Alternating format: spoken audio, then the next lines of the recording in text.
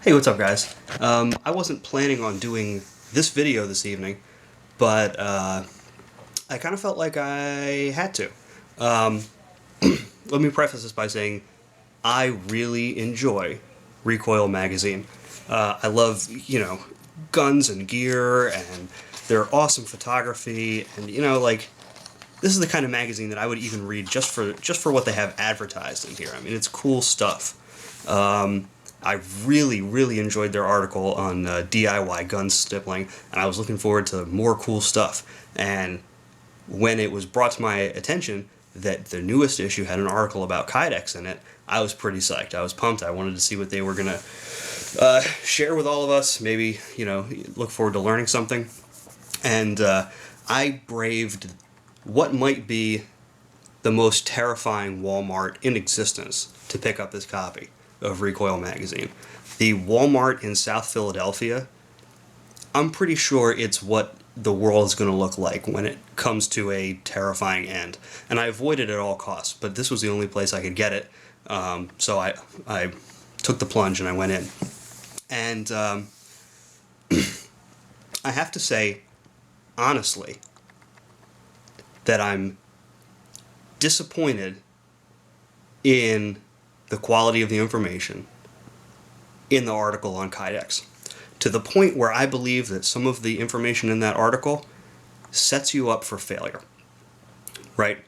I don't think that the demonstration holster that they made is very good. And I'm not saying that as a way to talk about what I do as being very good. Ever since we did the new how-to video back in January, we basically get emails constantly from you guys who are making your own holsters. And they will be, hey John, check out my first holster that I made. I'm comparing their demo holster to what you guys are making your first time out, which is overwhelmingly really awesome stuff. Like better than my 10th holster by far. And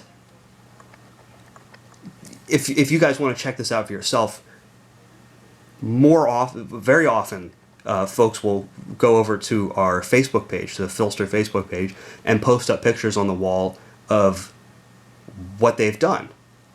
And it's really, really good. And it is leagues ahead of the demo holster that they did in this magazine. And I'm going to go through the article with you guys and talk about why exactly that is. And how just a couple small pieces of information, I'm not talking about adding 10 pages to this or making a magazine this thick all about how to do this. I'm talking about a couple small changes that will prevent the epic fail of a holster that occurs in this magazine. So let's go through. Let's start off, right? So there is some good stuff. The two best parts about this article are the tools and equipments list and the encouragement that you can do it yourself. And I'm going to start from there, right? So the first page is pretty much standard. They recommend this press. I know for a fact that this press can cost up to $80, which is much more expensive than building your own press. And additionally, as many of you know, a hinged press will basically guarantee that your Kydex shifts inside the press.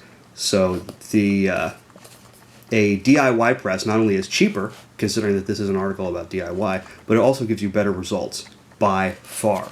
So that's pitfall number one. Now we're going to come over here.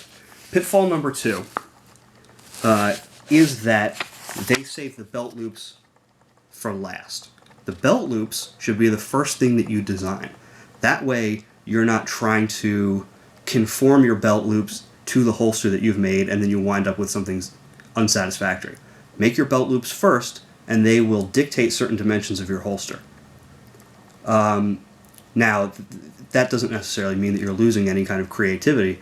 What that means is that you are increasing your consistency right off the bat. You know how big your belt loops are going to be, and you know where two holes have to go.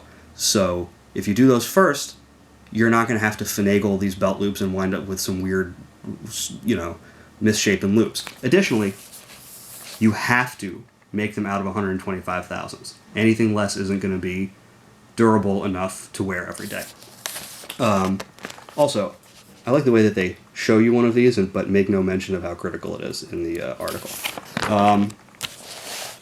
Fail number 2. They tell you to preheat your oven to 350 degrees. As we know, the temperature of the dial on a toaster oven bears little relationship to the actual temperature inside. And in fact, the internal temperature is generally much hotter, on the order of anywhere from 20 to 60 degrees in comparison to the dial. Do not preheat your oven to 350 degrees. Start at a lower temperature and build it up until the Kydex, even if you don't use a heat gun, a thermometer, increase the temperature until it's soft. Otherwise, you run the risk of warping or glossing the Kydex that you scraped up your hobby money to acquire. Additionally, they clearly they recommend that you get the knife kits press at temperatures above 350 degrees. The foam you get from knife kits will stick to the Kydex. This step here, step 2, sets you up for failure. Another component of step 2 to 3 is that they tell you to mold both sides of the holster at once. And in the article, you can see the kind of poor results you get as from doing it that way. Do you see here this big weird wrinkle in their demo holster? This is what happens when you put 2 sheets of hot Kydex in the press together and force them to conform around something as bulky as a gun. They won't.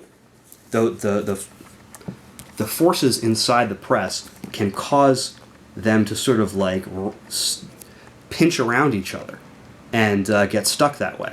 This is so easily avoided, and I don't understand why this is an example of the kind of thing that you can make yourself. If you just take the time to form each side separately, they'll both be perfectly flat, and you won't have any trouble lining them up. If this is not necessary and so easy to avoid. These results are not the sort of results that you should expect from somebody who's writing an article telling you how to do this. Don't do this, please, and don't tell people to do it this way, because you're going to cause them to, ruin this expensive material.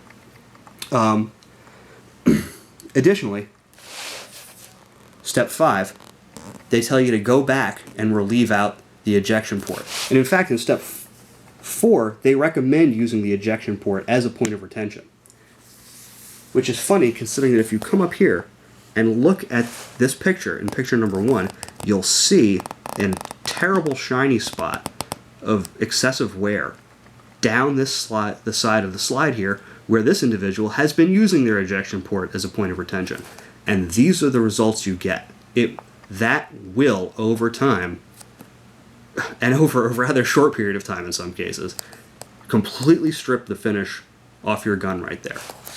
Do not use the ejection port as a point of retention if you care about the consistency and quality of the retention in your holster, and if you don't want to introduce gratuitous wear to your firearm.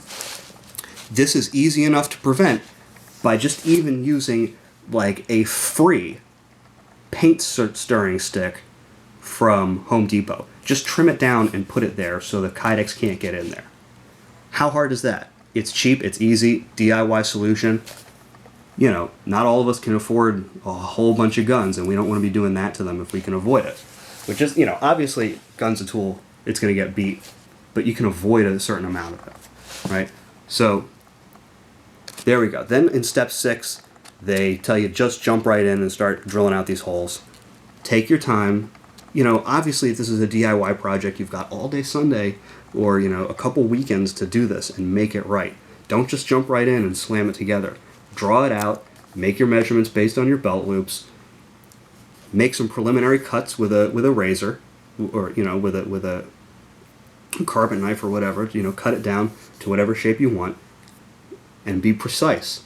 You can avoid a lot of time match sanding if when you cut one side out, you take your knife and you cut real close on the other side and get 2 good matching edges. Don't just jump right in and start slamming your eyelids in here, because it's going to look like you made it up as you went along.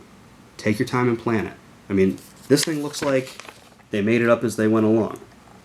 You know, there's not a lot of regularity or planning. None of the eyelets are the same consistent distance apart. You know, make it look nice. You have all day. What's next? Oh yeah, it's, you know, of course you can, you know, use your rotary tool. That's all well and good. Don't forget, rinse out your holster. Rinse it out, because otherwise you're going to have a lot of debris in there from this process. That's not something that they that's necessarily is obvious. You know, you think a lot of it comes out, but it doesn't. And that's about it.